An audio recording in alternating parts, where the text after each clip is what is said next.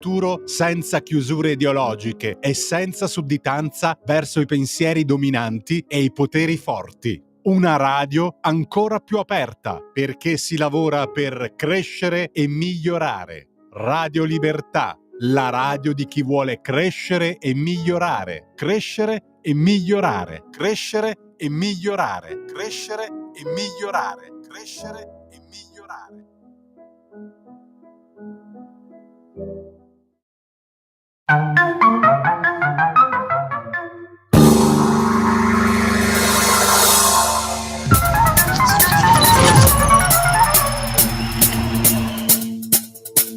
Va ora in onda Zoom, il drive time in mezzo ai fatti con Antonino Danna. Beh, come sigla niente male, la mettiamo ancora un po', si può rimettere. Ovviamente Giulio Cesare Carnelli, a parte tecnica, una così semplice richiesta non si può fare. Qualcuno avrà riconosciuto la voce, io me la sto riconoscendo da solo perché mi piace autosentirmi e mi riconosco quando mi parlo da solo. Marco Pinti, tornato a casa Pinti. come Lessi, e accanto a me il mio pastore del Bernese preferito, Pierluigi Pellegrin. Stiamo dirottando l'inizio della trasmissione di Antonino Danna, che però è nostro graditissimo ostaggio, e diamo prova della sua esistenza in vita, come si deve fare in questi casi. Antonino? No, veramente, a me sembrava di essere dentro una puntata di Beavis and Butthead su MTV. Questa cavolo, poi è una citazione dotta. Mancavate solo voi due a dire sei proprio un pirla. Cioè, veramente, ora cosa c'è dopo di noi? Total Request Live, sì, Marco che andava Massarini e Giorgia Surina? Allora, Antonino, niente, noi siamo soltanto entrati nella tua diretta così, per fare una scorribanda come nel vecchio West. Non abbiamo cavalli da rubarti e tu non hai niente. Antonino, è tutta farina di chi sei tu, di Giulio Cesare Carnelli, sia chiaro. Beh, ma io anche mi prendo tutte le responsabilità, perché con questo microfono ormai è un attaccamento morboso e quindi quando lo vedo devo tornare a saltargli in groppa. Però va bene tutto, perché va bene tutto quando si inizia la trasmissione, non puoi mai sbagliare all'inizio.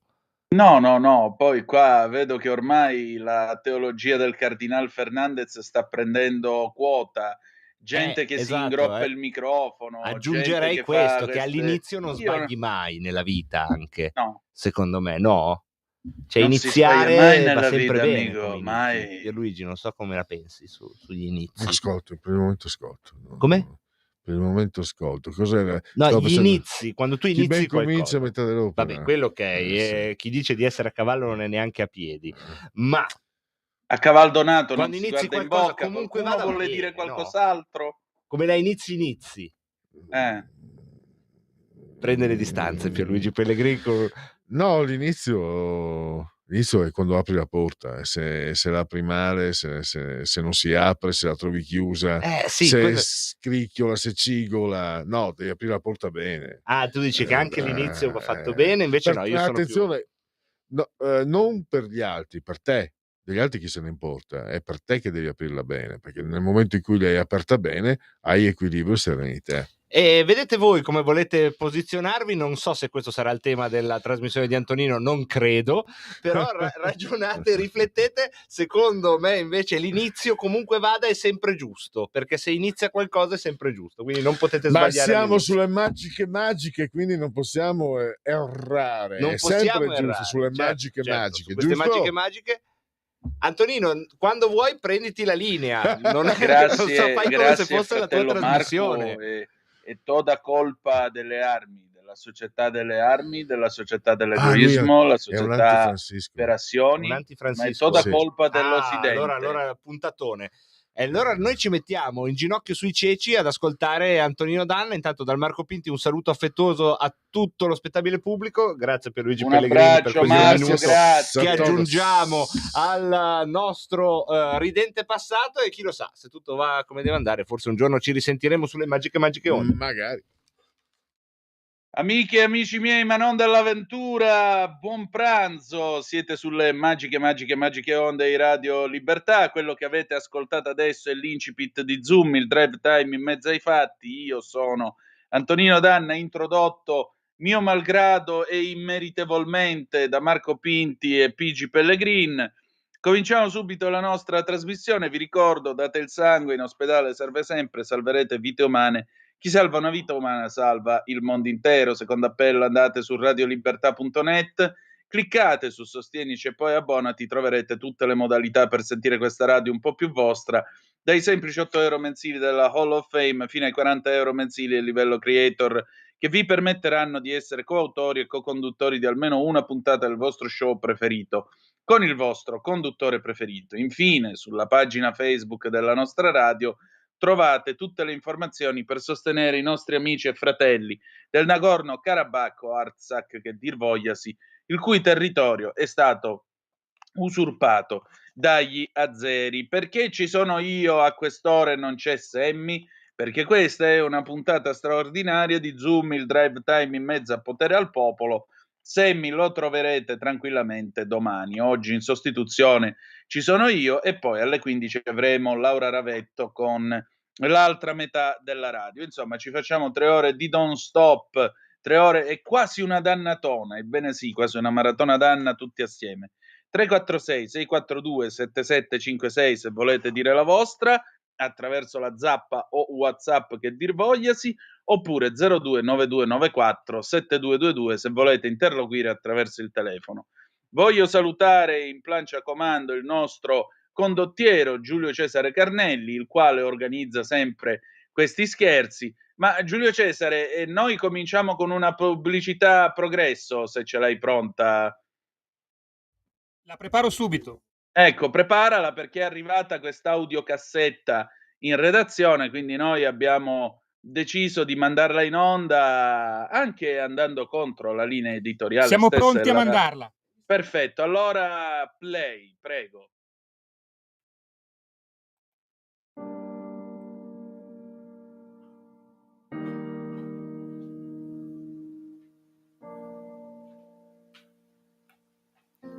Io prima mangiavo il salmone, sapete, noi fissati con la palestra, o mangiavo la bresaola, cancellato tutto, un po' perché non voglio più mangiare carne né pesce, un po' perché non è più fattibile. Io non riesco più a prendere neanche il tonno. Danilo è stato ministro dei trasporti in questo paese, ma oggi, dopo aver assaggiato la scatoletta di tonno a Montecitorio, non riesce più a prenderla e non mangia più salmone. Aiuta Danilo a ritrovare una vita. Segui la sua rubrica Controinformazione. Aiuterai Danilo a sentirsi più felice, a fare pranzo sul ponte di Genova e a percorrere finalmente il tunnel del Brennero e quello del Gran Sasso, già inaugurato da Maria Stella Gelmini. Grazie. Ecco, io spero che il vostro cuore di ascoltatori sia rimasto toccato. Aiutiamo il giovane Danilo, che non è più ministro dei trasporti e delle infrastrutture, aiutiamolo in questo momento così grave, manifestiamogli la solidarietà, ed è per questo che stasera io mi scofanerò dell'ottimo tonno in scatola, che diamine. Allora, continuiamo la nostra trasmissione e il tema di quest'oggi. Il tema di quest'oggi è l'istruzione, la scuola, il mondo della formazione. Vi racconteremo, vi porteremo a conoscere due realtà diverse. Oggi avremmo dovuto collegarci con il Liceo Classico Michele Morelli, dove è in corso il Festival delle Arti, la quarta edizione del Festival delle Arti. I ragazzi stanno realizzando tutta una serie di eventi culturali, ma ahimè purtroppo è mancata la corrente, mancherà fino alle ore 16 e senza corrente è difficile fare la radio, per cui per i miracoli ci stiamo attrezzando. Ma detto ciò, noi vi porteremo a occuparci di due tipi di formazione. La prima è una storia che francamente tocca non poco, perché in quest'epoca così materialista c'è ancora chi ha molto interesse a occuparsi del soprannaturale, soprattutto di apparizioni, soprattutto di fenomeni soprannaturali, veri o falsi che siano. Ora c'è un corso che permette di distinguerli, è cominciato all'Università Lateranense in quel di Roma. A guidarlo è un amico, oltre che un collega, è un giornalista che si occupa di cose vaticane e religiose, è David Murgia. Io l'ho sentito stamattina perché, incredibile ma vero, un corso che apparentemente sembrava fatto per preti e suore ha avuto un vero e proprio boom di iscrizioni da parte di avvocati, criminologi e non solo. State a sentire un po', vai Giulio Cesare. Allora, quest'oggi a Zoom è tornato a trovarci un amico, un collega, è David Murgia, giornalista ma anche presidente del GRIS. Adesso ci faremo dire da lui che cos'è il GRIS, perché vi ricordate qualche tempo fa vi avevamo raccontato di questo nuovo corso che stava attivando presso l'Università Lateranense in quel di Roma a proposito del sacro, e c'è stata un'incredibile sorpresa, perché anziché fare il pieno, permettete la battuta, di preti e suore, chi si è presentato e si è iscritto a questo master? Dicelo tu David, ben trovato. Ben trovato a te Antonino e un saluto a tutti i telespettatori. Sì, infatti come dicevi tu ci aspettavamo un pienone di preti e suore, invece abbiamo avuto un pienone di laici, soprattutto professionisti, avvocati, architetti, medici, criminologi, biologi, tutti pazzi per il sovrannaturale, tutti pazzi per il sacro. In effetti il corso che proponiamo come GRIS, il GRIS è un'associazione cattolica riconosciuta dalla Conferenza Episcopale Italiana, è l'acronimo di gruppo di studio, di ricerca e informazione socio-religiosa. In realtà il nostro programma, la nostra proposta formativa è un po' intercetta un po' tutte queste voglie e se vogliamo desideri di conoscenza di che cosa? Del soprannaturale. Cosa sono le apparizioni? Come si fa a riconoscere? Non parliamo solo quella di Trevignano ovviamente. Cosa sono i segni soprannaturali? Cosa sono i fenomeni mistici? Come riconoscerli? E ancora qual è la differenza o la linea Maginot che passa tra un medium e un carismatico? Chi è il carismatico? Quanti ce ne sono? Come vengono autorizzati? Come vengono soprattutto ufficializzati? Ecco, tutto questo, come dicevi tu, sembra più interessare la parte laica che la parte religiosa, un po' secondo me per un duplice motivo. Il primo è che forse il clero e la parte religiosa ha già conoscenza, forse anche se magari soltanto un'infarinatura di questi fenomeni.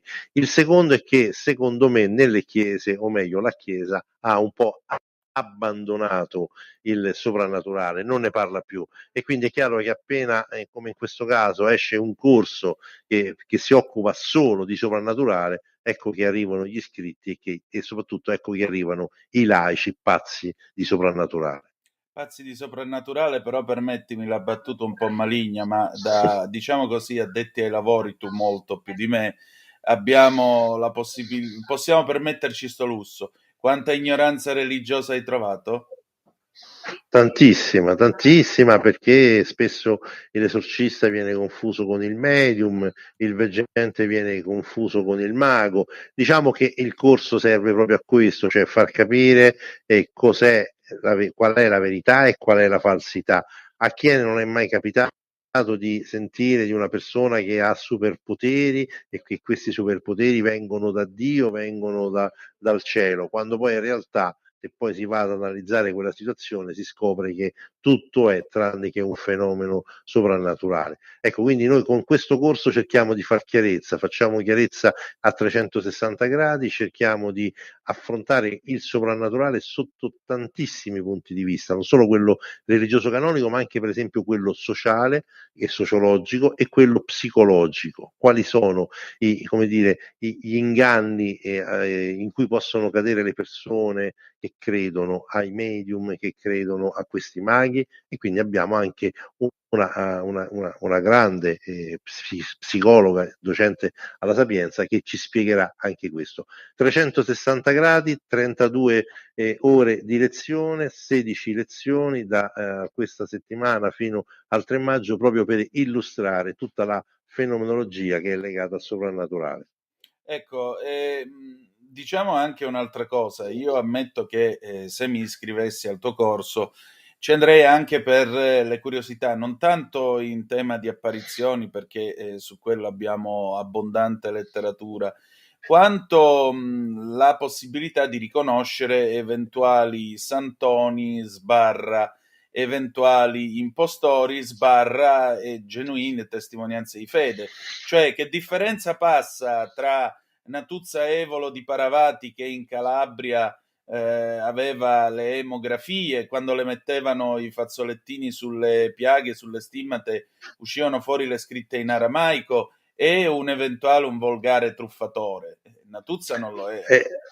Esattamente questo è l'ottica con cui vogliamo affrontare e con cui abbiamo organizzato questo corso. Il corso dà dei principi base secondo cui analizzare il fenomeno e le persone interessate. Innanzitutto si parte la differenza sostanziale tra un fenomeno come quello legato a Natuzza o come quello che invece magari è legato ad una persona che è alla fine è una truffatrice, è un truffatore, è proprio questo. Che legame ha con la gerarchia? Esattamente nell'obbedienza che si sa, che si conserva il legame che si conserva con la gerarchia fa la differenza tra un santo e un truffatore.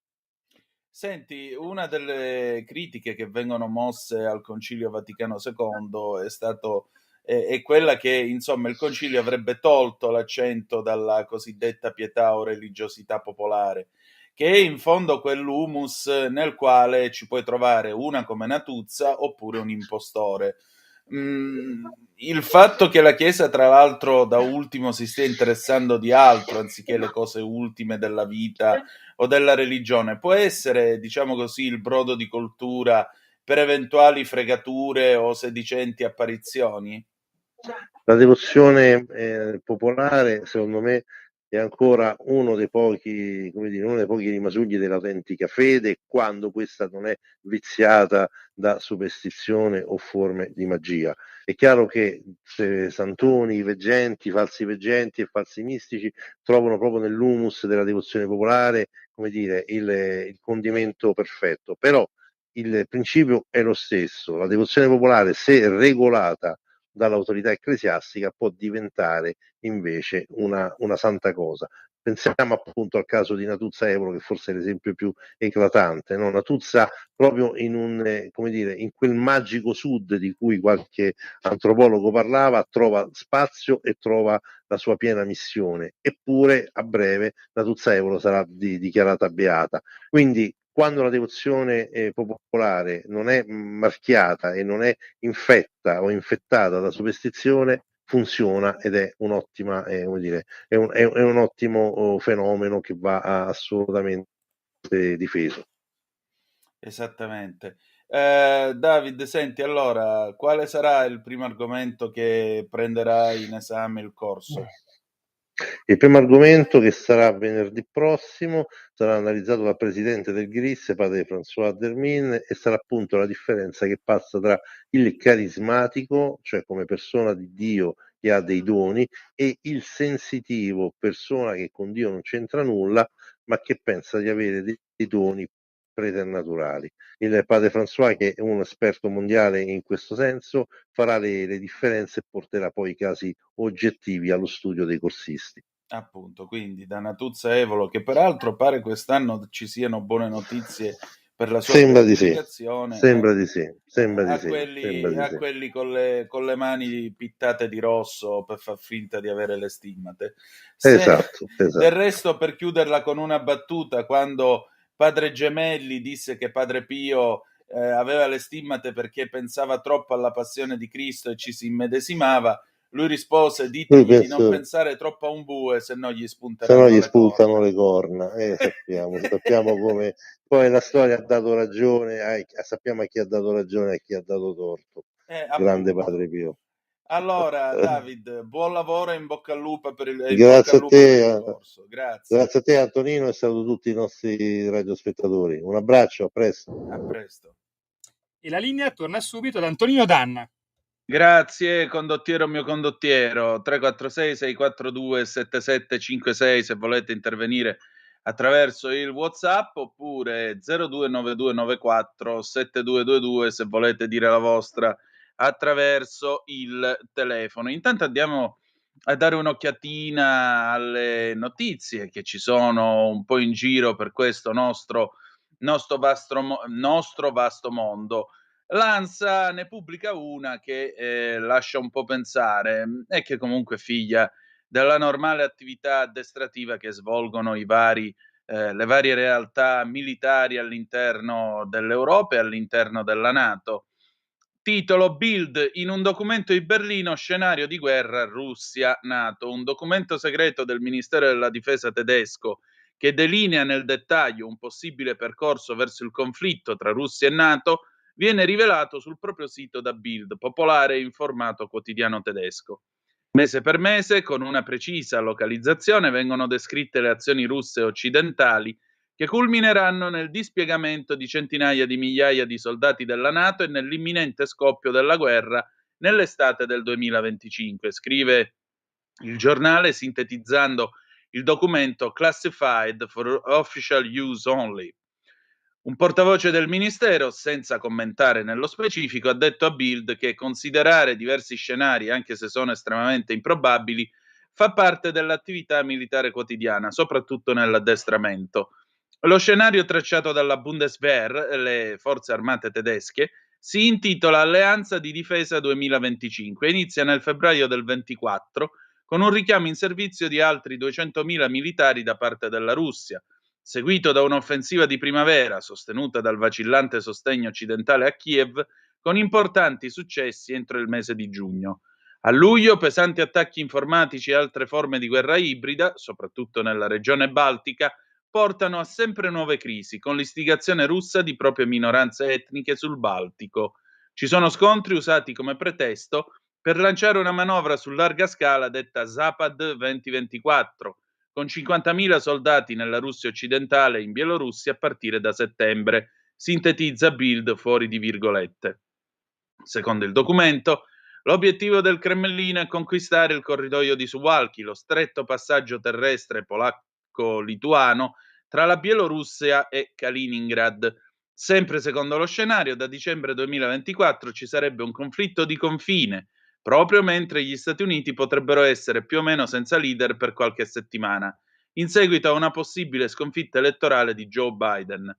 Nello scenario, nel maggio 2025, la NATO decide misure di deterrenza credibile per prevenire un attacco russo al Suwalki Gap e in un giorno X ordina il dispiegamento di 300.000 soldati, tra cui 30.000 soldati della Bundeswehr, per confrontarne più di 200.000 russi. Se la Russia verrà dissuasa dal dispiegamento della NATO, nello scenario da esercitazione rimane una questione aperta, scrive Bild. La replica: Bild non esita a scrivere bufale, quindi preferirei non commentare. Così il portavoce del Cremlino Dmitry Peskov riferiscono le agenzie russe. Ma questa è normale attività che fanno i think tank in tempo di pace. È chiaro che in una situazione, diciamo, tesa come quella che è in svolgimento in Ucraina e in più con la presenza della guerra in Israele, è chiaro che queste parole possono sembrare alquanto inquietanti, ma figuratevi, se ci sono scenari come questi, se ne possono prevedere molti altri. È il lavoro che fanno al Ministero della Difesa, giocano alla guerra e quindi immaginano situazioni di vario genere e sulla base di queste impostano anche tutte le esercitazioni che si svolgono poi sul territorio, quindi niente di preoccupante. Andiamo a vedere ancora l'ANSA. Liliana Segre, quando arrivo al memoriale della Shoah torno alla deportazione, la senatrice in visita insieme al presidente del Senato, La Russa. Vediamolo un po'. Quando entro al memoriale della Shoah non sono più la vecchia che sono adesso, sono quella che è entrata qui per essere deportata il 30 gennaio del 44. Lo ha detto la senatrice a vita Liliana Segre, arrivando al binario 21 di Milano, dove sta per iniziare una visita voluta dalla stessa senatrice con il presidente del Senato Ignazio La Russa e i membri della commissione straordinaria per il contrasto dei fenomeni di intolleranza, razzismo, antisemitismo e istigazione all'odio e alla violenza che Liliana Segre presiede. Non l'ho mai dimenticato, ha detto ai giornalisti al suo arrivo, rispondendo a chi le ha chiesto il senso di questa giornata. Infine, ieri sera addirittura ascolti record, 3 milioni di spettatori per l'intervista di Fazio al Papa, intervista abbastanza in ginocchio se possiamo esprimerci in termini ecclesiastici, record per 9, programma più visto nella storia della rete, 3 milioni di spettatori, pari al 14,2% della platea televisiva italiana, di ieri sera hanno seguito le parole di Papa Francesco nell'intervista in esclusiva di Fabio Fazio a Che tempo che fa, un evento televisivo che ha registrato un picco di share del 16,4%, pari a 3 milioni e 400 mila spettatori, e che è risultato il programma più visto nella storia di 9, terza rete della serata. Inoltre, con 300.000 interazioni, l'hashtag CTCF è stato il programma più commentato della serata. Sì, un'intervista francamente ieri sera non l'ho vista, l'ho rivista stamattina su YouTube, è stato pubblicato l'estratto, 52 minuti sul nulla. Devo dire la verità, non capisco il senso di un'intervista nella quale l'intervistatore non è altro che genuflesso davanti all'intervistato, con delle domande peraltro che si supponeva fossero poste a uno che si occupa di religione cattolica e a un certo punto gli è stata posta una domanda che accosta la tracotanza, la hubris greca, il karma, tutte queste robe qua, al concetto di penitenza cristiano, quasi l'idea che ci sia un Dio che punisce, un Dio che castiga. E francamente è stato, credo, uno dei momenti più imbarazzanti di questa intervista, almeno per me che l'ho vista, non dico da addetto ai lavori, comunque io di queste cose scrivo da 20 anni, quindi penso di aver imparato qualcosina pure io. Molto poco, ma qualcosina. La domanda fondamentale ovviamente è stata a proposito delle benedizioni sui gay. Il Papa ha detto di sentirsi solo e in questo mi ha ricordato una delle prime cose che Paolo VI scrisse nel suo diario quando divenne pontefice, disse la posizione è pinnacolare, di solitudine pinnacolare. Ebbene sì, essere il Papa significa essere questo, un uomo solo. E però lui si incoraggiava a prendere delle decisioni. E qua invece Bergoglio prende e dice: vabbè, però se non siete d'accordo me lo dovete venire a dire. Sì, e anche se te lo veniamo a dire, tu comunque non cambi l'opinione, aggiungerei. Aggiungerei anche che la spiegazione data dal prefetto per la congregazione della dottrina della fede, brevi benedizioni alle coppie dello stesso sesso da 10-15 secondi, è una spiegazione che francamente vacilla e che io trovo imbarazzante. Se io fossi un omosessuale mi sentirei quasi insultato da una cosa del genere. Ma comunque. Va bene, noi ce ne andiamo in pausa alle 13:30 minuti e 44 secondi, poi torniamo con un pezzo del 69. Mario Tessuto, Lisa dagli occhi blu, a tra poco.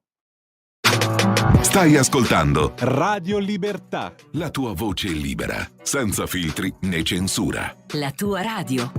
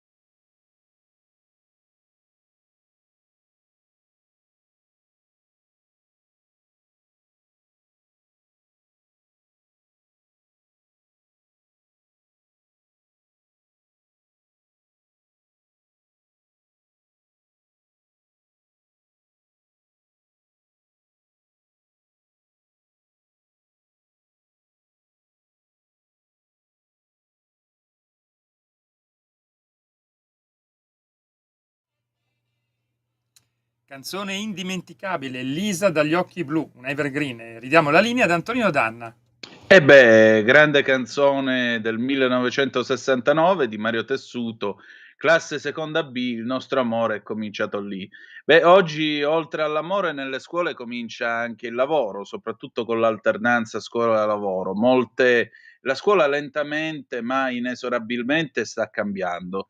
E ora noi vi portiamo a Venezia, precisamente alla Fondazione di Venezia, dove il percorso scuola-lavoro vuole essere un'occasione non tanto per avere un'alternativa a noiose ore di lezione, quanto alla vera e propria scoperta della consapevolezza del lavoro, con i suoi sacrifici, con le sue sconfitte e le sue vittorie.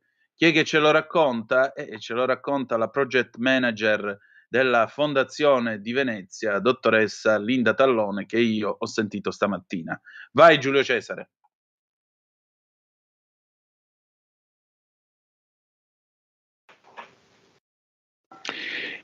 Questa puntata di oggi è una puntata che abbiamo voluto dedicare soprattutto al tema dell'istruzione e della formazione. Io ho il piacere di avere con me come gradita ospite Linda Tallone, che è project manager per quanto riguarda le attività istituzionali della Fondazione di Venezia.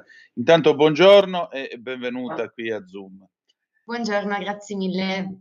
Allora, io ho qui sotto mano PCTO, tutto un altro percorso. La Fondazione di Venezia si occupa infatti di formazione, alternanza, scuola-lavoro e in particolare voi 6 anni fa avete stipulato una sinergia. Con chi l'avete stipulata? Perché è così che comincia il vostro progetto. Sì, esatto. Fondazione di Venezia è una fondazione di origine bancaria appunto che lavora sul territorio di Venezia e città metropolitana e promuove molti progetti anche diretti e questo progetto, tutto un altro percorso, è un progetto diretto di Fondazione di Venezia che è nato 6 anni fa in partnership con l'Ufficio Scolastico Regionale per il Veneto. Proprio per cercare di promuovere la realizzazione di PCTO, che nel passato si chiamavano alternanza scuola-lavoro, all'interno appunto del territorio veneziano presso degli enti culturali, museali, creativi e siamo giunti quest'anno alla 6ª edizione e più di 450 percorsi sono stati avviati in questi 6 anni. Ecco appunto. Sì, l'obiettivo proprio del progetto è quello di agevolare proprio l'incontro tra le scuole superiori e il mondo, diciamo, del lavoro e per questo, a questo scopo, la Fondazione ha stipulato proprio la creazione di una rete di enti del mondo arte, cultura e anche del mondo creativo che hanno proprio deciso di aderire a questa iniziativa proponendo dei percorsi di PCTO di alto livello per gli studenti. Tra gli enti partecipanti ci sono enti come il Museo M9, il Museo del Novecento o le Gallerie dell'Accademia, Palazzo Grassi, Ocean Space, il Teatro Stabile del Veneto, eccetera. Una lunga lista di enti e quest'anno il progetto è stato presentato un mesetto all'inizio appunto di questo mese e l'Ufficio Scolastico Regionale, essendo nostro partner, riesce a veicolare questa iniziativa in tutte le scuole del Veneto, così che i docenti, diciamo, referenti di PCTO possono entrare in contatto con tutte queste proposte e poi presentarle ai propri studenti che si candidano per le proposte tramite una lettera motivazionale o un video motivazionale. Ecco, tra l'altro è un interessante lavoro culturale, perché quando si parla di formazione o alternanza scuola-lavoro, uno pensa: vabbè, li mandano in qualche officina meccanica, li mandano in qualche fabbrica. No, qui è una fabbrica di cultura, perché per esempio tra i percorsi che vengono offerti vedo qua Palladio Museum, dove i ragazzi realizzeranno il Summer Camp, il Museo dei Bambini, quindi attività creative e laboratoriali. Vedo l'M9 appunto, dove addirittura i ragazzi prepareranno del materiale multimediale per assistere i visitatori e quindi materiale che finirà probabilmente anche nei loro social. Vediamo le gallerie dell'Accademia di Venezia, altra grande realtà che si occupa dell'evoluzione dell'arte a Venezia in Veneto dal XIV al XIX secolo. catalogazione e valorizzazione del patrimonio librario del museo in preparazione all'ingresso del catalogo condiviso nel sistema bibliotecario nazionale. Insomma, qui si tratta di una formazione che non è meramente, diciamo così, manuale, ma è una formazione soprattutto di carattere culturale. Ecco, Esatto. e in particolare... Prego, prego. Sì, proprio l'obiettivo è quello di permettere proprio agli studenti di entrare a contatto con delle opportunità formative di alto e qualificato profilo. In questo modo possono, diciamo, cioè, innanzitutto essere formati, dare il loro meglio, quindi impegnarsi e contribuire proprio anche alla innovazione, alla modernizzazione di alcuni approcci, alcuni processi all'interno appunto degli enti culturali presso i quali loro eseguono l'esperienza di PCTO e ci auspichiamo appunto che loro possano anche acquisire queste competenze che sono poi spendibili sia nel mondo universitario ma poi anche proprio nel mondo del lavoro futuro. Certo, anche perché voi siete garanti della qualità di tutta questa iniziativa. Tra l'altro, io noto 2 cose dai questionari che state ricevendo. Prima di tutto c'è questa idea dell'intergenerazionalità. Me la può spiegare? Sì, esatto. Allora, come lei ha precisato, Fondazione di Venezia in questo progetto sia agisce da coordinamento, da monitoraggio, ma poi siamo anche proprio una garanzia di qualità sia per i docenti per quanto riguarda il PCTO presentato, sia anche per gli enti, perché aiutiamo gli enti a selezionare i candidati più motivati, i candidati più, diciamo proprio più motivati, più stimolati ad eseguire il PCTO presso quell'ente. Noi facciamo ogni anno, alla fine di questo progetto, mandiamo delle survey di monitoraggio agli enti ospitanti, al referente dell'ente ospitante, ed è emerso proprio che dai questionari di valutazione è emerso che la maggior parte degli enti partecipanti, per loro il valore aggiunto nel partecipare a questo progetto è stato proprio un grande arricchimento derivante dalla interazione intergenerazionale, ed è anche qui che sta proprio il win-win, perché molte volte, come sa, anche negli enti culturali c'è poco turnover, quindi c'è poco turnover, poche volte si riescono, diciamo, ad assumere con velocità risorse giovani e quindi manca in qualche modo questa intergenerazionalità, che si riferisce proprio alla relazione, alla interazione tra diverse generazioni.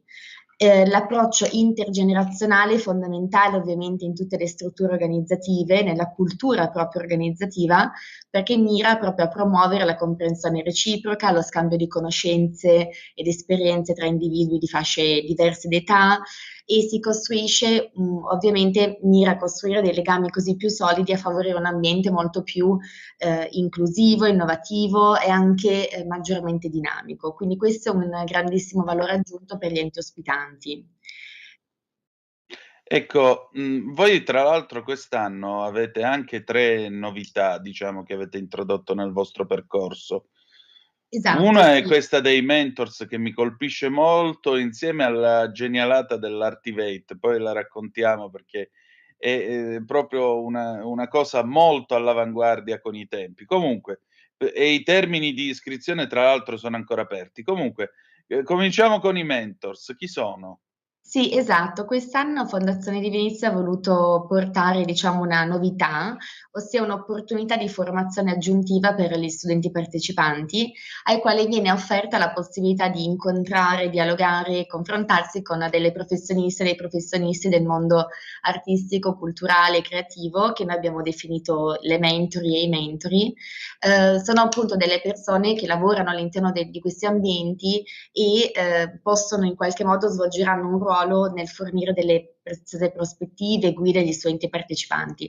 Nello specifico, per essere un mentore, diciamo che la caratteristica principale è proprio quella di amare il proprio lavoro, di essere appassionato dell'attività che è stata fatta, e quindi loro avranno l'opportunità di incontrare gli studenti, dialogare con loro in un'intervista semistrutturata dove racconteranno in maniera molto autentica e veritiera il proprio percorso professionale, e soprattutto per noi è fondamentale che il mentore condivida con gli studenti i propri fallimenti, i propri errori, i momenti di difficoltà, gli ostacoli, proprio per avere una narrazione veritiera, per mettere, diciamo, lo studente proprio a contatto con delle storie vere e anche di permettere allo studente di capire gli ostacoli che bisogna anche superare all'interno della propria carriera, e che ci sono anche dei momenti, diciamo, no, oltre che dei momenti di sì.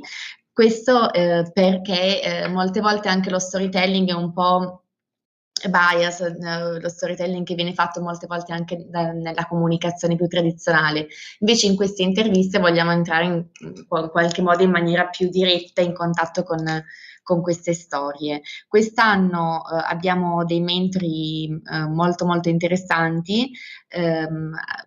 Alcuni di loro sono anche, diciamo, dei referenti dei PCTO, proprio perché abbiamo voluto valorizzare anche l'impegno di queste persone, e siamo molto felici appunto di partire con questa novità.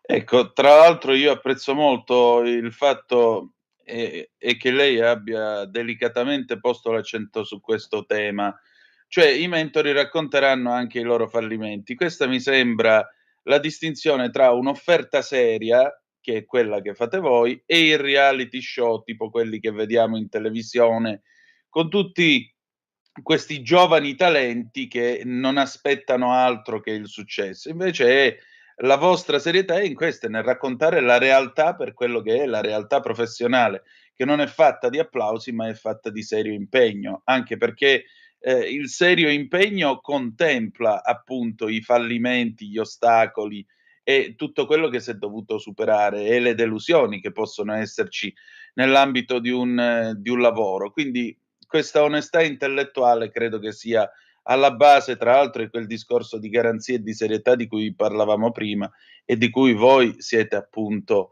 i primi garanti in quanto Fondazione di Venezia.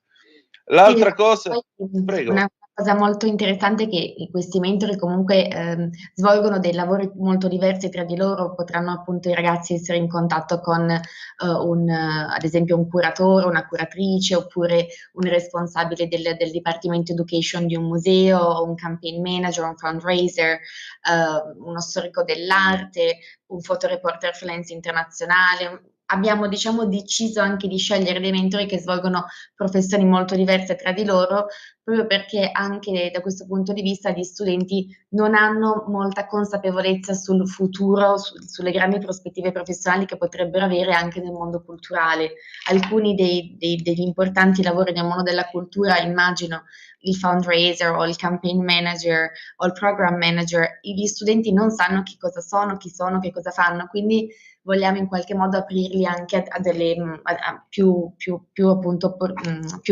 presentare loro più profili professionali, ecco.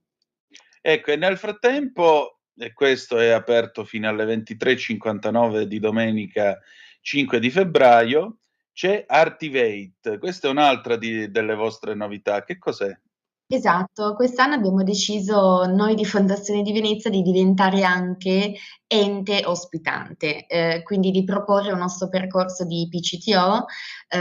Noi da 30 anni appunto la Fondazione di Venezia è punto di riferimento per i principali, diciamo, attori della vita sociale, artistica, culturale, scientifica ed economica di Venezia e anche del suo territorio, e quindi siamo una fondazione che tesse proprio rapporti tra istituzioni, aziende, gruppi di persone per favorire la messa in comune di risorse e anche di progettualità. E quindi abbiamo deciso di lanciare anche noi un nostro progetto che si chiama Artivate, ed è un progetto che noi facciamo in partnership con M9 Education. M9 è appunto il Museo del Novecento presente a Mestre, e noi, M9 Education e FutureVox abbiamo deciso di lanciare questo progetto per consentire ai giovani di diventare gli ideatori e i protagonisti di un'azione di attivismo artistico in relazione alla tematica del climate change o del cambiamento climatico. FutureVox, che è appunto partner in questa iniziativa, è una digital agency che ha una grandissima esperienza nel mondo del digital campaigning e dell'attivismo per cause sociali, politiche, ambientali, e quindi l'abbiamo percepito come un partner molto importante, perché anche FutureVox già lavora con importanti clienti del mondo appunto internazionale, come European Climate Foundation oppure Amnesty International, UNESCO, eccetera. Quindi noi vorremmo con questi nostri partner permettere ai giovani di creare proprio un'alleanza con noi, quindi col mondo museale, col mondo istituzionale, per portare un cambiamento. Questa è un'alleanza che non è convenzionale, quindi un'alleanza non convenzionale tra attivisti climatici e musei. Musei, chi l'arte la custodisce. Come sapete già più volte gli studenti hanno mostrato il loro interesse nel fare anche appunto delle azioni di attivismo all'interno degli enti museali istituzionali per portare la loro voce, e molte volte sono stati, diciamo, invece che promossi, ostacolati o contrastati. Noi invece vogliamo diventare loro alleati per far sì che questa voce venga ancora di più ascoltata, venga potenziata. Questo progetto è indirizzato alle scuole alle classi seconde, terze e quarte delle scuole secondarie di secondo grado della regione del Veneto, e i ragazzi dovranno candidarsi tramite appunto una sorta di contest, poi la classe che viene scelta inizia questo progetto. L'attivismo artistico che cos'è? È una pratica proprio che combina il potere creativo dell'arte, che è appunto capace di smuovere dal punto di vista emotivo lo spettatore, con la pianificazione strategica dell'attivismo, che è ovviamente necessaria per realizzare un cambiamento sociale. Dico questo perché ovviamente l'attivismo va anche studiato, cioè bisogna formare i ragazzi a fare attivismo. Quindi noi faremo degli incontri con i gruppi classe proprio per formarli, e poi una committee di studenti, cioè ogni classe nomina un proprio studente che entra a far parte di una committee. Questa committee di studenti avrà il compito di proprio ideare una performance sia artistica sia di attivismo politico, che si realizzerà proprio all'interno del museo, all'interno, cioè in un momento appunto di lancio di una mostra temporanea. Quindi i ragazzi saranno proprio i protagonisti e noi saremo i loro alleati. Poi tutto il gruppo classe ovviamente viene poi anche coinvolto nel lancio di una campagna digitale associata ovviamente a questa azione performativa che accadrà sui social media. Insomma, diciamo che li spingete anche a pensare con la loro testa, cosa che è lodevole in questo periodo storico.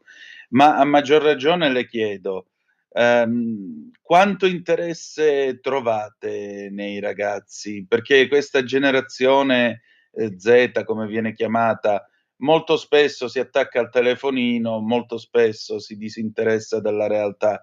Invece voi state offrendo voi avete presentato una grande offerta di bellezza, se mi posso permettere, Grazie. con le varie realtà che avete coinvolto, i musei e così via. Addirittura vedo quello della centuriazione romana. Voi state offrendo non soltanto la grande bellezza di questo paese, ma anche cultura, radici, territorio, identità territoriale, che in quest'epoca di marmellata generale effettivamente è andare contro tendenze ed è anche un atto di coraggiosa resistenza politica. Ma detto ciò, oltre che culturale, ma detto ciò a maggior ragione, i ragazzi sono pronti a questo, sono interessati a questo. Cosa trova lei in questi giovani che desiderano fare alternanza scuola-lavoro in mezzo a questa grande bellezza? Ma allora, sicuramente gli studenti sono estremamente motivati e hanno solo bisogno di opportunità. Quindi noi vogliamo in qualche modo democratizzare anche l'accesso a queste opportunità. Veicolando un progetto come Tutto un altro percorso, entrando in contatto con tantissime scuole della regione, presentiamo tante proposte, e probabilmente senza questo progetto gli studenti non avrebbero avuto accesso a queste proposte. Quindi noi cerchiamo di facilitare l'incontro, l'opportunità per questi studenti di presentare più opportunità a loro. E tutti sono estremamente motivati, molto professionali, anche dalle loro candidature, dalle lettere motivazionali che leggiamo, hanno veramente voglia di impegnarsi, di mettere qualcosa di loro, no? Di esprimersi, hanno una forte creatività, hanno voglia di fare, e quindi dobbiamo solo dare loro le giuste opportunità.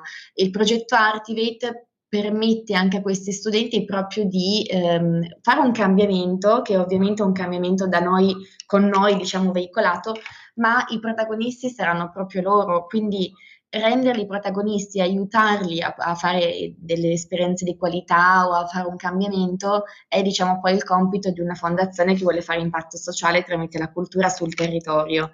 Il fatto che noi agiamo abbiamo anche scelto tutti i mentori più o meno locali è proprio per dare anche l'idea del mentore di prossimità, cioè tu puoi nascere anche ovviamente in un contesto, in questo caso Venezia che è una città molto, molto anche internazionale, ma non solo Venezia, anche le città limitrofe a Venezia, e studiando, impegnandoti puoi ovviamente poi trovare un lavoro che ti piace, essere soddisfatto, eccetera. Quindi il fatto di avere anche dei role model di prossimità può stimolare questi studenti a impegnarsi, a capire che tutto è possibile. Quindi noi siamo estremamente felici di collaborare con questa generazione che ha tanto da dare e solo mancano a volte le opportunità per loro e quindi noi cerchiamo di proporgliele. Certamente, e mi sembra un'iniziativa lodevole. Senta, per chiudere una domanda, diciamo così, di servizio. Chi si può iscrivere, come e fino a quando?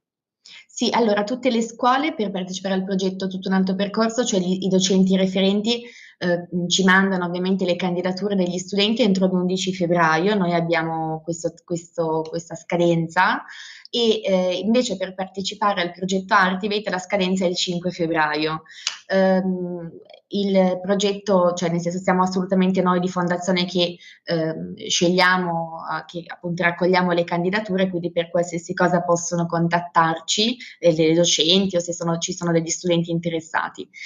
Ne approfitto per appunto comunicare un'altra novità. Quest'anno abbiamo già stipulato un protocollo di intesa, cioè una partnership anche con il CSV, il Centro del Servizio per il Volontariato di Venezia, e quest'anno lanceremo a settembre anche una edizione di Tutto un altro percorso volontariato, cioè gli enti ospitanti saranno delle associazioni del territorio, delle ONG, eccetera, proprio per permettere agli studenti di fare delle esperienze di volontariato e di noi promuovere il volontariato sociale, perché dai dati appunto statistici proprio anche emerge che gli studenti più giovani sono coloro che fanno più volontariato in Italia, hanno voglia appunto di impegnarsi per queste cause sociali e ambientali, e anche qui noi diamo loro l'opportunità di fare tutto ciò presentando questo progetto e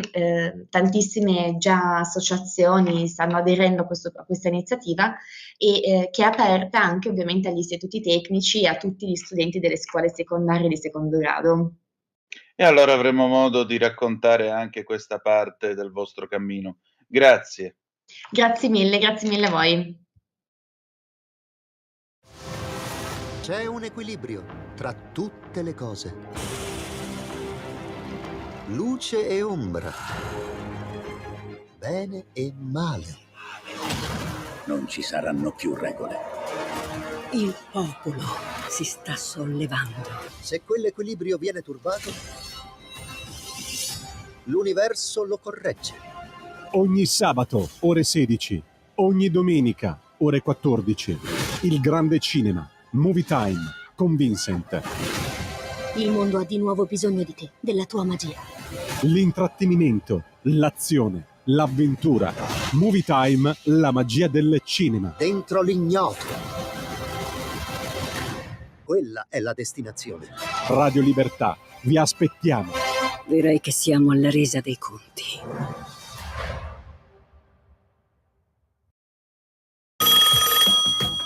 Pronto? Avvocato. Mi dica. C'è bisogno di lei. Sono l'avvocato Celeste Collovati. Con me parlerete di pensioni e di diritto del lavoro e tutte le problematiche inerenti al lavoro. Ciao a tutti, sono Massimo Leonardi, avvocato e dottore commercialista. Con me parleremo di diritto tributario, diritto societario e danni da malasanità. Sono l'avvocato Giorgia Colombo. Con me parlerete di immobili, condominio e diritto dell'arte. Vi aspettiamo! Vi aspettiamo! Vi aspettiamo! L'avvocato risponde ogni giovedì dalle 17 alle 18. C'è bisogno di lei.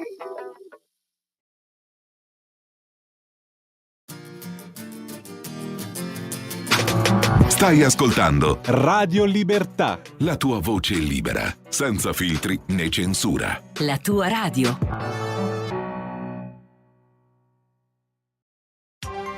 Coming Soon Radio, quotidiano di informazione cinematografica. Quest'anno la rivoluzione continua solo al cinema, con 2 straordinari ritorni: Miyazaki con Il ragazzo e l'airone e Wim Wenders con Perfect Days, 50 km all'ora con la coppia De Luigi Accorsi, Enea di Pietro Castellitto, Chi segna vince di Taika Waititi, The Holdovers di Alexander Payne, Wonder White Bird con Helen Mirren. Scopri tutti i film in uscita su cinemarevolution.it, il portale del Ministero della Cultura. Allora, c'è una cosa che dobbiamo fare tutti insieme. Viaggio tutti insieme a Parigi. Jackpot! Liberamente ispirato a una storia vera. Sei mai andata a Parigi senza uscire da un maneggio? Un film di Leonardo Pieraccioni. Ci sa tutto qui intorno al maneggio, ci sa le montagne. Ma le montagne, siamo a Sesto Fiorentino. Pare parecchio Parigi, dal 18 gennaio al cinema. Io trovo il mondo amaro e complicato da morire. Dopo Sideways. Ha studiato qui anche lui, lo sapevi? Finalmente di nuovo insieme. Per questo sa come farci soffrire. Il regista Alexander Payne e Paul Giamatti. Crede che mi piaccia farle da babysitter? Ho pregato che sua madre rispondesse al telefono o che suo padre si palesasse. Mio padre è morto. The Holdovers, lezioni di vita, dal 18 gennaio al cinema. Ciò che ha avuto inizio con Wonder, Oggi non può cambiare il suo aspetto. Forse noi possiamo cambiare il nostro sguardo. continuerà in un nuovo emozionante capitolo. Puoi dimenticare tante cose, ma non dimenticare mai la gentilezza. Con il premio Oscar Helen Mirren, Wonder White Bird, dal 4 gennaio al cinema.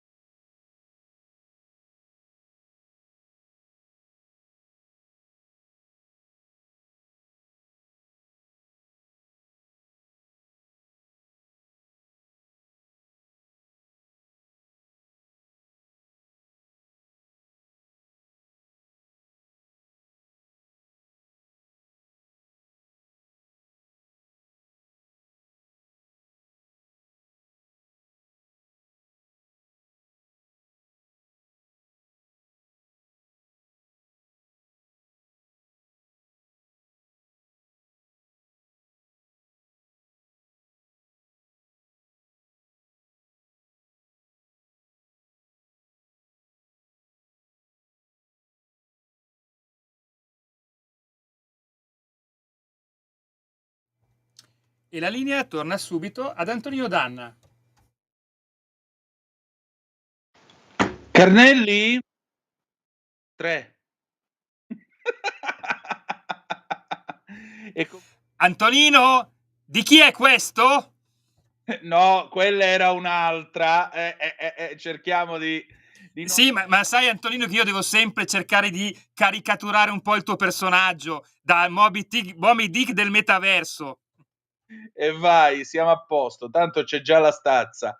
Senti, allora, le 14:03 quasi in questo momento, chi era? Era Antonio Allocca, il grande Antonio Allocca nei panni del professore che dava sempre 3 al povero Fabrizio Bracconeri nei panni di Bruno Sacchi. Avete ascoltato infatti Studiare in Jeans, brano di Augusto Martelli del 1987 che era la sigla dei ragazzi della terza C. Siete sempre sulle magiche onde di Radio Libertà. Questo è sempre Zoom, il drive time in mezzo a Potere al Popolo. Avete ascoltato Linda Tallone che, devo dire la verità, ci ha raccontato un modo diverso di fare formazione scuola-lavoro e speriamo sia anche abbastanza proficuo. La cultura, con la cultura si mangia, non è vero che non si mangia, e può essere anche lo sviluppo futuro di tanti ragazzi che grazie a questa cultura saranno difesi e protetti rispetto alle brutture che ci vengono offerte ogni giorno, e non parlo soltanto della musica che c'è in giro. Tra l'altro tra meno di un mese avremo il Festival di Sanremo, quindi Dio abbia pietà delle nostre anime, prima di tutto di quella di Amadeus, ma detto ciò resta il fatto che il bello ci difende sempre dalle brutture che accadono nel mondo, dalle brutture che ci vogliono imporre, dalle brutture che ci vengono suggerite. Allora, intanto l'ANSA annuncia un aggiornamento a breve. Hamas pubblica nuovo video dei 3 ostaggi israeliani, quindi tra un po' sapremo che cosa c'è in questo nuovo video. Già stamattina si sapeva del fatto che era stato diffuso già un video con all'interno la giovane Noa, questa ragazza che è diventata il simbolo dei circa 230 ostaggi che Hamas ha vergognosamente, vigliaccamente rapito il 7 di ottobre in mezzo a drammatiche violenze e drammatici assassini di poveri cittadini inermi. Nel frattempo le cose si mettono male per la nostra economia. Perché? Vi leggo questa notizia uscita una decina di minuti fa, battuta una decina di minuti fa dalla BBC. Il capo negoziatore degli Houthi avvisa che gli attacchi contro le navi continueranno. L'agenzia stampa Reuters ha parlato con il capo dei negoziatori Houthi, Mohammed Abdul Salam, il quale annuncia che la posizione del gruppo sulla guerra a Gaza non è cambiata a seguito degli attacchi coordinati degli americani e degli inglesi contro lo Yemen. Viene anche riportato che gli Houthi continueranno i loro attacchi contro le navi che sono dirette verso Israele. Gli attacchi volti a impedire che le navi israeliane o che vadano verso i porti della Palestina occupata continueranno, ha detto Abdul Salam, in quella che è la prima risposta del gruppo agli attacchi che si sono svolti nel corso del weekend appena passato. Abdul Salam dice anche che le richieste del gruppo sono quelle che terminino gli attacchi israeliani contro Gaza e vengano consentiti gli aiuti umanitari perché possano raggiungere sia la zona nord che la zona sud della striscia di Gaza. Ecco, questo è un problemino che riguarda tutti noi, perché come sappiamo attraverso il Mar Rosso e quindi attraverso quello stretto braccio di mare che c'è tra lo Yemen, da dove gli Houthi sparano, e il Corno d'Africa, quello che era l'impero italiano, se possiamo ancora ricordare questa pagina di storia italiana, e dopo è stata amministrazione fiduciaria della Somalia italiana da parte della Repubblica Italiana, perché ricordiamo anche questo, l'Italia ha avuto una colonia anche quando è diventata Repubblica con la Costituzione più bella del mondo, e ci hanno anche ringraziato per come l'abbiamo amministrata, tra parentesi. Insomma, l'imbocco del Mar Rosso vede passare circa il 40% del traffico marittimo che arriva in Italia. Da quando sono cominciati questi attacchi, intanto, come sappiamo, da 500.000 circa container in transito ogni giorno siamo scesi a circa 200.000. Ma questo significa meno lavoro per i porti italiani. Significa un grosso problema per i porti, per esempio, dell'Adriatico, come Venezia. Oppure possiamo parlare di Genova, possiamo parlare di Gioia Tauro, possiamo parlare di tutte quelle grandi infrastrutture che in questo momento, a causa degli attacchi degli Houthi, non hanno il lavoro che dovrebbero avere, non hanno la quantità di lavoro che dovrebbero avere. Questo significa anche un'altra cosa, che le aziende hanno bisogno di materia prima che arriva via mare, e siccome le navi devono fare il giro dal Capo di Buona Speranza, chiaramente questo porta a una situazione nella quale i tempi di consegna si allungano e molto spesso le aziende devono rallentare il loro ritmo, se non addirittura fermare la loro produzione. Ecco, questa è la situazione attuale e significa anche che presto avremo una bella ondata inflazionistica, il cibo costerà molto di più, viaggiare costerà molto di più, vestirsi e così via. Questo è un bel problema, specialmente se non viene risolta la questione Houthi e non si rende di nuovo sicuro il transito marittimo all'interno del Mar Rosso. E infatti, sempre la BBC riporta le parole di un economista che si chiama Mohammed El-Rian, il quale dice che gli attacchi alle navi mercantili non causano un danno così grave come quello che è stato causato dal Covid, ma in ogni caso faranno aumentare i prezzi e colpiranno la crescita economica.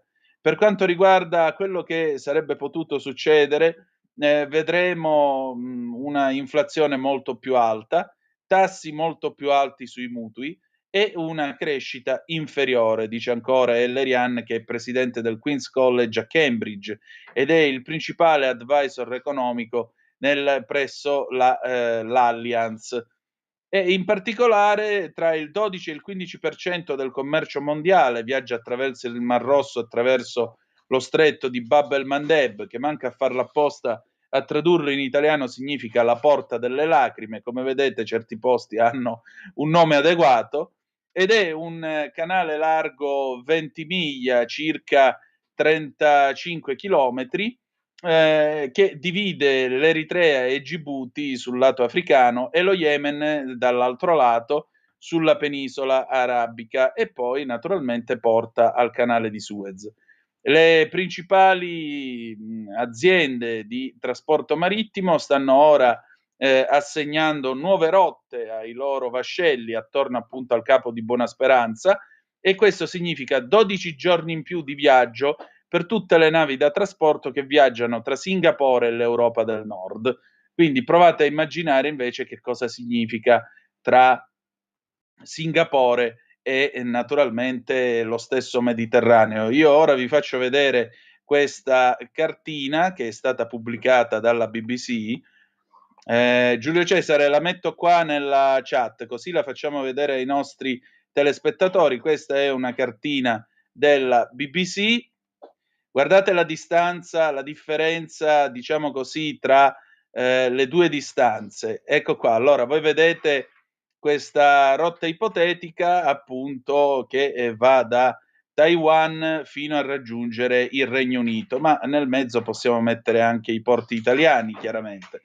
Guardate, la linea blu, eccola qua, la linea blu va verso il canale di Suez, passa nel Mediterraneo attraverso il canale di Sicilia, lo stretto di Gibilterra e poi raggiunge l'Inghilterra. Quindi sono 18.555 chilometri, quindi 10.019 miglia nautiche. Invece se si va attraverso il Capo di Buona Speranza, che è la rotta rossa, che vedete, le miglia sono 13.422, ossia 24.858 chilometri. Cioè stiamo parlando di 6.000-7.000 miglia in più.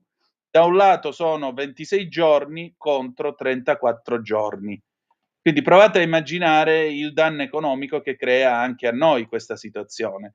E non è una situazione facile, non è affatto una situazione facile.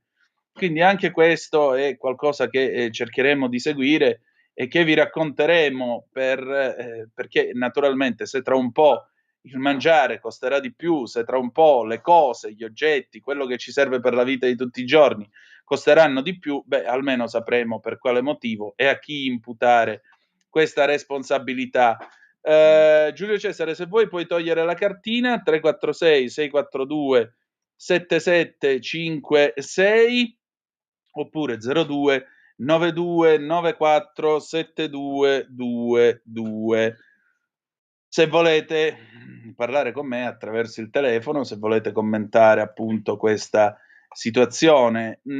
Tra l'altro l'ANSA, che aggiorna ovviamente la sua notizia d'apertura, ci dice che centinaia di cittadini di Gaza sono stati filmati mentre danno l'assalto ai camion di aiuti umanitari che entrano in città. Sono scene che francamente in questo paese abbiamo visto quando sono sbarcati gli americani nel 1943. Lo ha riferito Haaretz, che cita, Haaretz è uno dei più prestigiosi giornali israeliani di area di centrosinistra, un po' come Repubblica se volete, che cita Al Jazeera allegando un suo filmato. La zona filmata dovrebbe essere quella di Moassi, sulla costa di Rafah, nel sud della striscia, dove sono ammassati gli sfollati dal nord. Hamas ha anche pubblicato su Telegram un nuovo video dei 3 ostaggi già mostrato una prima volta ieri. In questo recente i volti di Noah Argamani, Yossi Sharabi e Itai Svirsky si muovono come nei giochi delle slot machine e sono accompagnati dalla scritta "Che pensi? Ancora vivi? Tutti morti? O alcuni vivi, alcuni morti?" E subito dopo Hamas sostiene: "Stanotte vi informeremo del loro destino." Permettete, io lo trovo di una crudeltà unica. Io veramente, cioè giocare alla slot machine, voglio dire, questo lo dico anche per quelli che scendono in piazza con le bandiere della Palestina, se questo a voi sembra umano, se questo a voi sembra civile. Gente che fa i video e che usa quindi anche l'arma dei media come arma politica e anche come arma militare, ovviamente, nei confronti di questa gente, e gioca con le vite delle persone. Che ne pensi? Ancora vivi, tutti morti, alcuni vivi, alcuni morti? Stanotte vi informeremo del vostro destino, del loro destino, vedremo. Biden: "Non dimenticherò mai il dolore e la sofferenza che ho sentito nei miei incontri con le famiglie degli ostaggi americani", lo ha detto il presidente USA Joe Biden in una dichiarazione a 100 giorni dal 7 ottobre. Citato dal Times of Israel, l'America sta ancora lavorando per riportare a casa più di 100 persone innocenti, tra cui almeno 6 americani che sono ancora tenuti in ostaggio da Hamas a Gaza, ha proseguito il presidente USA. "Riaffermo ancora una volta la mia promessa a tutti gli ostaggi e alle loro famiglie: siamo con voi. Non smetteremo mai di lavorare per riportare a casa gli americani", ha precisato Biden. 100 giorni di prigionia a Gaza sono davvero troppi. Gli Stati Uniti non avranno riposo finché tutti i rimanenti ostaggi, compresi 6 americani, non saranno riuniti ai loro cari, ha scritto su X il segretario di Stato americano Anthony Blinken, facendo eco a una precedente dichiarazione del presidente Joe Biden. Ma, signore e signori, si è materializzato sullo schermo direttamente in studio Lorenzo Viviani. Incredibile, buongiorno. Amici, ma non dell'avventura, benvenuti sulle magiche onde di Radio Libertà. Qui è Lorenzo Viviani che vi parla dagli studi di Radio Libertà.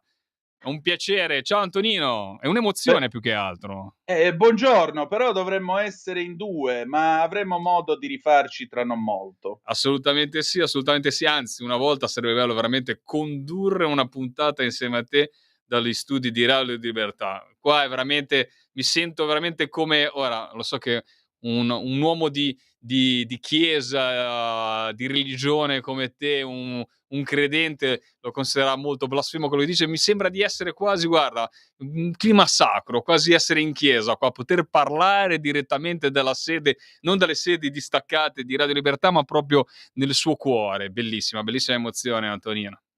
Ma sai, la radio è bella fatta da studio, che non sempre è possibile, però la radio è bella sempre. Ma da studio ammetto che ha un sapore un po' diverso, perché sai, quando Carnelli ti guarda e vedi che si accende la lucetta rossa, l'adrenalina va a 1000 e andando a 1000 poi uno si sente lanciato. Da casa la lucetta rossa che si accende lì sul bancone non c'è, uno se la deve figurare, però garantisco che la strizza arriva esattamente come quando si è là. Assolutamente sì. Mi spiace aver interrotto, e lo dico anche ai nostri radioascoltatori, naturalmente, insomma, è una nota, diciamo, di un po' più lieve rispetto alle notizie che leggevi e a tutto quello che stavi riportando della politica internazionale. E ricordiamo naturalmente, venerdì ci sarà un mega puntatone che ci vedrà in Liguria entrambi, quindi mi verrei a trovare. Sarà una bella puntata dove parleremo di tanti temi dell'agricoltura. Il porto di Viareggio, ve lo voglio ricordare, chi segue Chilometro Zoom, è sempre interrato, quindi abbiamo un porto, così facciamo anche... questo punto si fa una scappata a Viareggio, e allora io ho direttamente già il rullino pronto, come puoi ben vedere. Quindi. Assolutamente sì, dalla spiaggia che è in mezzo al porto di Viareggio potremo veramente portare questa testimonianza di un settore che non sta lavorando, quindi insomma bloccato perché un porto non è più un porto, quindi veramente alla follia totale. Te lo dico perché ho avuto una telefonata veramente molto accurata dei pescatori proprio in questi minuti. Sembrava si fosse risolta, ti ricordi, ne avevamo parlato anche nelle trasmissioni, Sì, invece appunto. punto a capo, Antonino. Ecco, tanto per gradire, siamo sempre lì. Chi è che deve fare qualcosa? Come la deve fare? Ah, chissà. Chi è Bene. responsabile di? È sempre quello il quiz in questo paese. Assolutamente sì, con un'autorità portuale regionale che scappa dal confronto anche con i pescatori, è assurdo. Fra parentesi ricordiamo che è un porto che ospita cantieristica, ospita tante altre attività, diciamo anche economicamente anche più importanti del settore della pesca, che stanno facendo veramente far brutta figura a una città importante italiana, un porto importante italiano e soprattutto un simbolo dello yachting, del made in Italy, di quello bello, anche della nostra genialità nel costruire imbarcazioni performanti, nuove, lussuose, che vengono praticamente da tutto il mondo a vedere. Ecco, tutto il mondo vede in questo momento un porto insabbiato, quindi puoi renderti conto. Ma non parleremo solo di questo, parleremo anche di agricoltura, parleremo di altri tanti temi.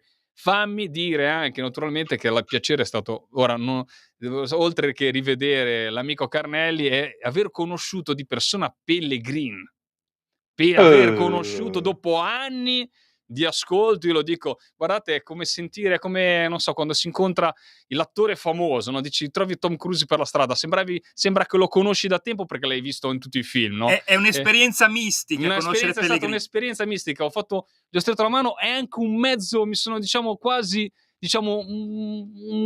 quasi inginocchiato, perché quando senti una persona che la senti e sei abituato a sentirla magari in macchina per tanti anni, questa guardate, io lo consiglio anche alle varie feste magari dove è presente Radio Libertà, Pontida, ai radioascoltatori. È bellissimo incontrare le persone che magari hai sentito tante volte, ti hanno accompagnato in macchina mentre sei nel traffico, ti hanno accompagnato mentre lavori, magari fai altre cose, o anche in casa, non so, mentre fai le pulizie.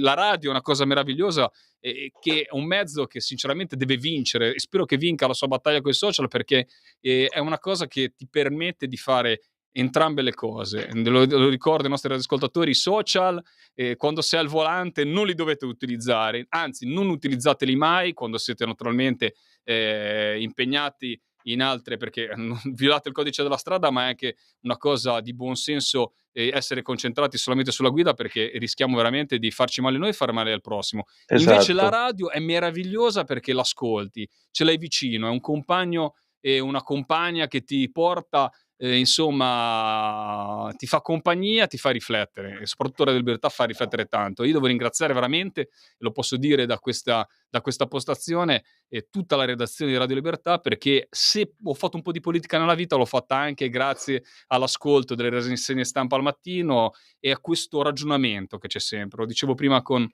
l'amico Pellegrin, il fatto di avere dei giornalisti, bravi giornalisti, ti aiuta, ti dà un punto di vista, ti fa ragionare, cosa che purtroppo si fa sempre meno, Antonino. Esattamente, si fa sempre meno e noi abbiamo invece bisogno di teste pensanti. Abbiamo bisogno di discussione, abbiamo bisogno di varie idee, abbiamo bisogno soprattutto del rispetto dell'interlocutore, la polemica sulle idee, mai sulle persone. Perché ultimamente si fanno solo dei gallinai e basta. Tu capisci qualcosa quando segui qualche programma in televisione? Io no. No, ma lì sono diventate ormai arene, fammi dire Antonino, dove tu si urla un po' di più, si urla di meno, anzi guarda, non è più neanche il ragionamento. Vince chi è più paradossalmente, fra virgolette, non me ne vogliano magari anche tanti bravi nostri politici, però quando sei più maleducato, no? Quando riesci a sopraffare l'altro, Sì. perché ormai è un match, è un'arena, no? E invece non ritrovi più, cosa che i social, ormai i social ti danno già un pensiero preconfezionato, standardizzato, no? Dipende cosa ti piace, dipende come sei, diciamo, profilato, no? Quali sono le tue preferenze politiche, le tue preferenze in generale, allora ti viene dato, diciamo, come una bestia al pascolo, perdonami, un animale, ma ancora meglio, d'allevamento, ti viene dato un po' quello che devi mangiare. La radio è Esatto. meravigliosa, te la scegli, te l'ascolti, se non ti piace la cambi, ma soprattutto c'è un ragionamento, c'è ancora persone che parlano, persone che ragionano, persone che analizzano le notizie. Meraviglia, meravigliosa, meravigliosa. E questo è l'essenziale e questo è quello che noi cerchiamo di fare per tutti voi. Allora ne approfitto, comunicazione di servizio, vedi se giovedì mattina puoi essere con le manine libere, che così intervistiamo Roberto Giardina. Assolutamente sì, anche perché Roberto Giardina ci deve portare una testimonianza fondamentale, che è quello di quello che sta succedendo in quella della Germania. Ricordiamolo, mentre naturalmente un mondo un po' assopito a queste politiche green stenta a fare le rivoluzioni, un settore che è quello agricolo, quello che subisce prima di tutti, prima degli altri, purtroppo queste follie assurde in cui andiamo a criminalizzare prima di tutto un settore che è quello che ci porta il cibo sulle tavole, ecco, comincia a fare rivoluzione. L'abbiamo visto in Olanda, Antonino, l'abbiamo visto la vittoria in Olanda e comunque sia il grande consenso che ha avuto un partito che è un partito degli agricoltori. Ci hanno fatto un partito degli agricoltori e l'hanno votato non solo gli agricoltori, perché se me non avrebbero preso quelle percentuali, ma la gente che dà all'agricoltura questo fondamentale ruolo. E il ruolo che ha, quello di portare cibo sulle nostre tavole. Ma in Germania anche questo governo rosso-verde, visto bene che ha fatto non verde Lega, ricordiamolo, rosso-verde, verde ambientalista. Ecco, rosso-verde ha dato praticamente questa chiusura al mondo dell'agricoltura per fare cassa, togliendo ad esempio il gasole agricolo, visto che i nostri agricoltori non se le fanno raccontare, gli agricoltori tedeschi, in cui siamo molto solidali, ecco, in questo momento, lo dico da settore del primario, stanno dando prova di essere organizzati e di naturalmente alzare il livello della protesta. Benissimo, non c'è altro da aggiungere, sai, qui si cerca di parlare di cose concrete,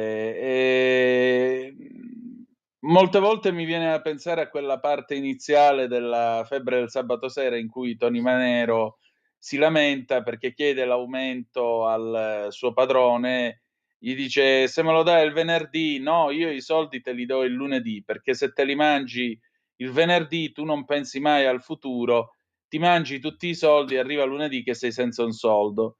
Ma io me ne fotto il futuro". No Tony, il futuro prima o poi arriva e fotte te. Ecco, per quanto non molto salottiero, ma il concetto è proprio quello, il futuro prima o poi arriva ed è fatto di concretezza ed ecco che i contadini hanno deciso di non farsi prendere in giro dal futuro. Assolutamente sì, Antonino, poi non mi voglio dilungare perché ne avremo da parlare naturalmente tanto venerdì, ma il concetto di base che si perde veramente l'agricoltore, penso che sia la prima persona che sia ambientalista da questo punto di vista, che abbia voglia naturalmente di anche rapportarsi e di migliorare il proprio mestiere, ma è il primo che sgama, perdonami la parola diciamo da ragazzo anni 90, però che va a capire quando si tratta di fuffa, di politiche green fine a se stesse, oppure di vere politiche green, perché è uno che vive l'ambiente. Purtroppo noi ce la facciamo molto raccontare. Ce la siamo fatta raccontare anche con le macchine elettriche. Lo so che te sei un brucia dinosauri, un brucia combustibili fossili, te la Dalla passione. prossima settimana avremo modo di parlarne. Assolutamente, assolutamente. Assolutamente, però in tutto questo, ecco, sono stati i primi rispetto a tanti, e questo onora loro al settore primario, a capire le follie green. Cioè capire che quando si parla di alcune cose, le bugie hanno le gambe corte. E il vero Sì. ambientalismo lo fanno prima di tutto proprio un settore che è quello, lo ricordiamo soprattutto rispetto anche alla Germania, un territorio fragile come l'Italia, i primi nostri guardiani sono proprio gli agricoltori, perché fanno un'opera di protezione civile, non mi stancherò mai di dirlo, forse mi prenderanno per insomma, andrò a tediare naturalmente il pubblico ripetendolo. I nostri agricoltori fanno opera di protezione civile sul territorio. Quando perdiamo un agricoltore, perdiamo un manutentore del territorio. Quando noi perdiamo un agricoltore, perdiamo una persona che manteneva quel rigolo, manteneva quel fiumiciattolo, andava a pulire i fossi, manteneva i terrazzamenti. Ecco, questo. Esatto.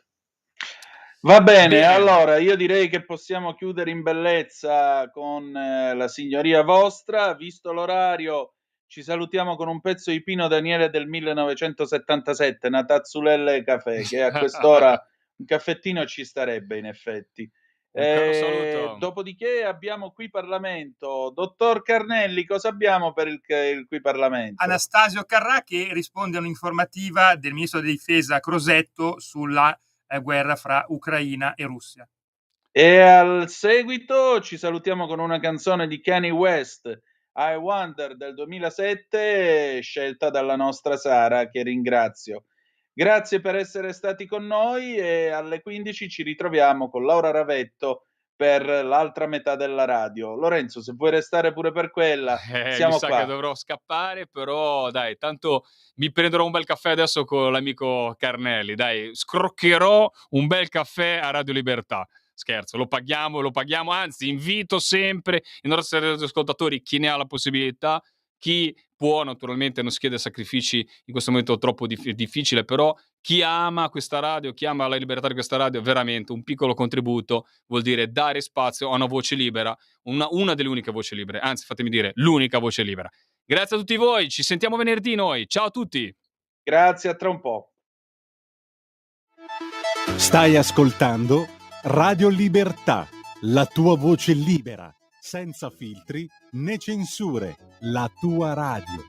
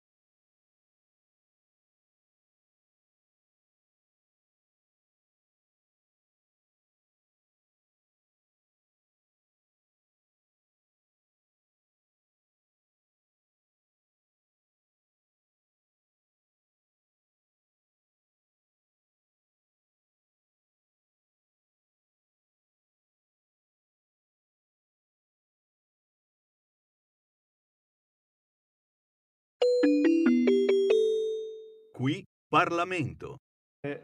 Gli studenti, le studentesse, gli insegnanti dell'Istituto Comprensivo Leonardo da Vinci di Labico in provincia di Roma, grazie per essere qui. Ha chiesto di intervenire l'onorevole Carrà, ne ha facoltà. Prego.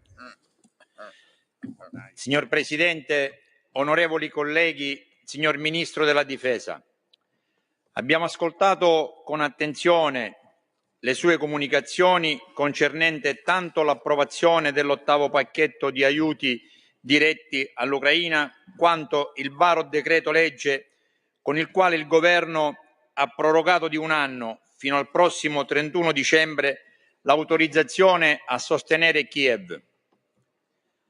La decisione era nell'aria. Dal nuovo pacchetto di aiuti erano infatti informati tanto gli organi di stampa quanto il Copasir, che ha avuto accesso anche al dettaglio dei beni che saranno trasferiti all'Ucraina, invece segretati all'opinione pubblica italiana ed internazionale per un complesso di ragioni più volte spiegate. Siamo coscienti, in effetti, che è in corso un conflitto estremamente sanguinoso e violento, nel quale è importante mantenere una certa riservatezza sulle risorse che i militari ucraini possono opporre all'esercito russo. L'orientamento politico della maggioranza è comunque chiaro e ha trovato un riscontro anche in occasione della più recente seduta del Consiglio Supremo di Difesa, riunitisi al Quirinale l'11 dicembre scorso sotto la guida del Presidente della Repubblica. L'Italia, è stato nuovamente convenuto in quell'alto consesso, resterà al fianco dell'Ucraina fino al raggiungimento dell'obiettivo di una pace giusta ed onorevole, che noi identifichiamo con il ripristino dell'integrità territoriale ucraina e la conferma della piena libertà di Kiev in relazione alla scelta delle proprie alleanze internazionali. La situazione, avvertono non pochi analisti, non è delle più semplici. La controffensiva ucraina del 2023 non ha ottenuto i risultati sperati e si continua a combattere aspramente. Un dato rende meglio di altri il tipo di guerra che viene combattuta. Nel corso di una recente audizione presso la Commissione Difesa, l'amministratore delegato di Rheinmetall Italia ha ricordato come gli ucraini stiano consumando ben 2 milioni di proiettili d'artiglieria all'anno, a fronte di una capacità produttiva americana ed europea di poco superiore al 500.000. Per aiutare Kiev, noi occidentali abbiamo dato fondo alle scorte. Gli ucraini da soli non possono sicuramente farcela. Lei stesso, signor Ministro, ha avvisato il Parlamento del fatto che esiste un problema euroatlantico di adeguamento alla sfida rappresentata dal genere di scontro in atto. In queste condizioni è evidente che l'Ucraina ha bisogno più che mai del sostegno occidentale, perché non esiste alcun automatismo che sia in grado di condurre, senza un nostro sforzo, Kiev alla vittoria o comunque al conseguimento di una pace accettabile. Va tra l'altro ricordato come Putin abbia di recente ribadito in una conferenza stampa gli obiettivi originari della campagna in corso, che vanno molto oltre le rettifiche territoriali, contemplando piuttosto la sostanziale negazione della sovranità ucraina. Dobbiamo quindi fare la nostra parte, magari cercando di fare attenzione anche ai nostri magazzini, dal momento che sono circolate nei giorni scorsi indiscrezioni allarmanti sull'effettiva consistenza delle nostre dotazioni antiaeree, la cui debolezza alcuni ritengono abbia condizionato le nostre scelte sulla difesa del traffico in transito del Mar Rosso. Oltre che sul decreto ministeriale relativo all'8° pacchetto di aiuti, che verosimilmente comprende tanto armi quanto equipaggiamenti non letali, è opportuno soffermarsi anche sul decreto legge di proroga al 31 dicembre 2024 dell'autorizzazione a rifornire l'Ucraina. Si tratta della cornice entro la quale l'esecutivo potrà inserire i pacchetti degli aiuti di volta in volta ritenuti necessari, senza ulteriori passaggi parlamentari. Ci saranno informative, come già accade adesso del resto, ma nulla di veramente più impegnativo. Siamo persuasi che il governo sarà trasparente a tal proposito. Sappiamo che il provvedimento è stato approvato all'unanimità in Consiglio dei Ministri ed è già stato presentato al Senato per l'avvio del prescritto iter di conversione. Questo decreto legge, come altre misure dello stesso tipo adottate in passato, esige tuttavia un passaggio preliminare, un momento di verifica preventiva del consesso politico. Lei, signor Ministro, è venuto qui a sollecitarlo, quel consenso, e noi come Lega Salvini Premier certamente non lo negheremo e anzi auspichiamo che sia più largo dell'area di maggioranza. L'Ucraina ha ancora bisogno di noi non possiamo voltarci dall'altra parte, neanche in presenza di eventuali indecisioni da parte di alcuni nostri alleati, che sono alle prese con campagne elettorali molto delicate. Onorevoli colleghi, bisogna ammettere che le comunicazioni del nostro Ministro e le precedenti azioni di governo hanno certamente coinvolto tutti noi parlamentari a ragionare e riflettere su tematiche tanto ampie quanto complesse, dalle quali dipendono non solo equilibri interni al nostro Paese, ma anche dinamiche internazionali e globali. Ha detto bene poc'anzi lei, signor Ministro, parlando di pace giusta, perché oggi, più che parlare di pace giusta, dovremmo riflettere sulle norme che legittimano un Paese a ricorrere all'utilizzo delle armi per difendere i propri confini e la libertà di un popolo, quello ucraino, da attacchi esterni. Quindi il ricorso al principio di legittima difesa, fondato sulla esclusiva intenzione a voler ripristinare la pace in tutti quei paesi stigmatizzati da violenze, abusi e attacchi armati, al solo fine di distruggere gli ideali di democrazia e libertà di un popolo. Le continue violazioni del diritto umanitario internazionale da parte della Russia nei confronti degli ucraini ha provocato in noi, in tutti noi, un profondo sentimento di sconcerto, un giudizio morale che impegna ciascuno di noi in quest'Aula a impegnarsi con coraggio e determinazione al fine di difendere i valori di democrazia e libertà consacrati dai nostri padri costituzionali come fondativi dalla nostra tradizione repubblicana. Grazie.